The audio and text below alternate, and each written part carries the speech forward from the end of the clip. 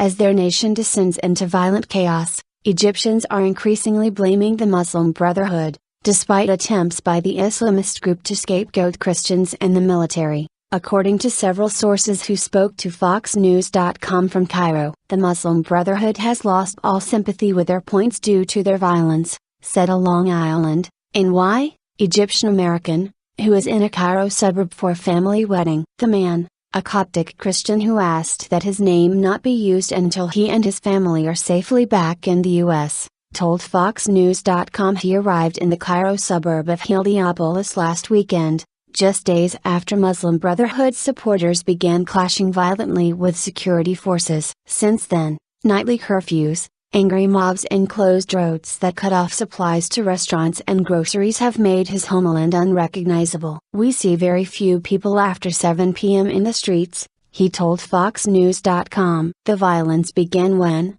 more than a month after the military stripped President Mohamed Morsi of power and took him into custody, authorities cleared camps of protesters in Cairo. That action prompted a violent uprising in which more than 1,000 people have been killed. Morsi, who critics said had put the nation on a path toward Islamist rule, is now facing accusations of conspiring with Hamas to escape from prison during the 2011 uprising and complicity in the killing and torture of protesters outside his Cairo palace in December. A Muslim woman named Nina told FoxNews.com most citizens, Christian and Muslim, are solidly behind the military, which has been criticized by the West for its decisive crackdown on Muslim Brotherhood supporters. "I am Muslim and I am against terrorism and I support the revolution, which ousted Morsi, and I support all the decisions of the Egyptian army forces," she said. "We love Egypt so much and we hope the foreign countries stop misunderstanding about us and the situation now in Egypt." Even at mosques,